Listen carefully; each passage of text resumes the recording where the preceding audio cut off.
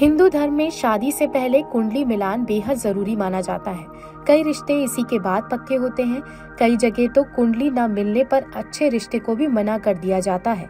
ऐसी मान्यता है कि अगर वर वधू की कुंडली ना मिले तो उन्हें जीवन भर कष्टों का सामना करना पड़ता है।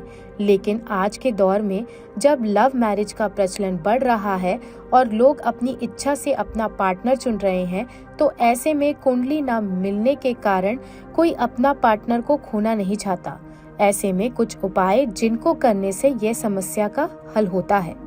शादी के लिए वर वधू की कुंडली में 36 गुणों का मिलान होना जरूरी है, जिसमें कम से कम 18 गुणों का मिलान जरूरी माना गया है। अगर 18 से कम गुण ही मिल रहे हैं तब शादी उत्तम नहीं मानी जाती। लेकिन घबराएं नहीं, आप कुछ विशेष उपायों के जरिए अपनी शादीशुदा लाइफ को अच्छे से जी सकते हैं। कृष्णाय वासुदेवाय हरे परमात्मने प्रणतः क्लेशनाशाय गोविंदाय नमो नमः। देखा जाता है कि विवाह के बाद भी जीवन में सुख नहीं है, या बहुत प्रयास करने के बाद भी विवाह कार्य संभव ही नहीं हो पा रहा है।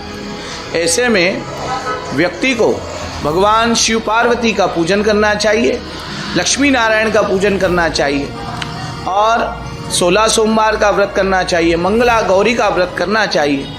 इन उपायों को करके जीवन में सुख का अनुभव किया जा सकता है। और 7वां घर विवाह में, जन्म कुंडली में जो होता है 7वां घर, वो विवाह का कारक होता है, दंपत्ति जीवन का कारक होता है। 7वें घर के अनुसार शुक्र विवाह का कारक है, तो शुक्र से संबंधित जो रत्नों को धारण करना चाहिए, जैसे ओपेल है, हीरा है, सफ़ेद नीलम है, सफ़ेद हकीक है, इस प्रकार से यह चांदी के अंदर धारण करना चाहिए। और स्त्रियों को पन्ना रत्न धारण करना चाहिए, मोती रत्न धारण करना चाहिए, जिससे कि आपका वैवाहिक जीवन सुखद हो। तालमेल बना करके चलने से ही वैवाहिक जीवन सुखद हो सकता है। और ये तालमेल बने, इसके कारक ग्रह होते हैं। इन ग्रहों की शांति के लिए जो भी ग्रह आपका अनुकूल ना हो, उन ऐसे ग्रहों का, कमज़ोर ग्रहों का उपचार कराएं, मंगल का पूजन कराएं, भात पूजन आदि कराएं, जो भी ग्रह आपका कमज़ोर हो। इस प्रकार से आपका वैवाहिक जीवन सुखद हो सकता है। अपने वैवाहिक जीवन को सुखद करने के लिए भगवान श्री लक्ष्मी नारायण का मंत्र है, ओम श्री लक्ष्मी नारायणाभ्याम नमः।